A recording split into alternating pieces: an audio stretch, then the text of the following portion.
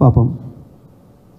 ఎందుకంటే వాళ్ళ ప్రధానమంత్రి గారు వచ్చి పాత రైల్వే స్టేషన్ రంగులేసి ప్రారంభం చేసిపోతే ఎవరో కార్యకర్త సలహా ఇస్తే అన్న నీ పేరు కూడా ఒకటి ఉండాలి కదా అంటే పాత లిఫ్ట్ను బంద్ చేసి బాగు చేయించి 10 రోజులు ప్రారంభం చేసి వచ్చింది పాపం.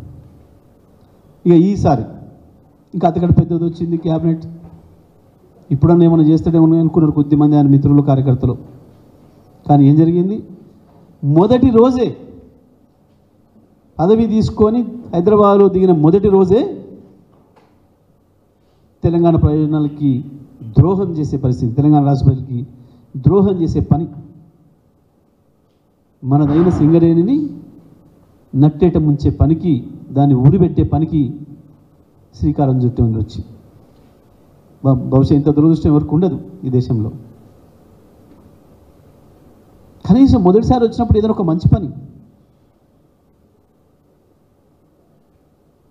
చేస్తారు, చేయాలనుకుంటారు సెంటిమెంట్గానైనా. కనీసం గది కూడా లేదు పాపం. వీరు బొకే ఇచ్చి అడిగిరట, వారు బొకే తీసుకొని నేను ప్రధానమంత్రి గారికి పోయి చెప్తా అని చెప్పిండట. ఇది కావాలా సింగరేణి ప్రజలకు? నిజంగా మీరిద్దరు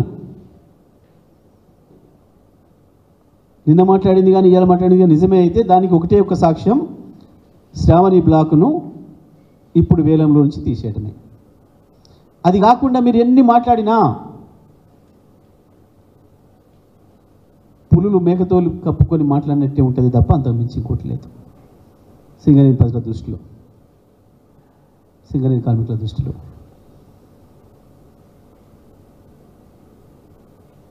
ఇది వెంటనే స్పష్టం చేయాలి, ఆపినరా లేదా.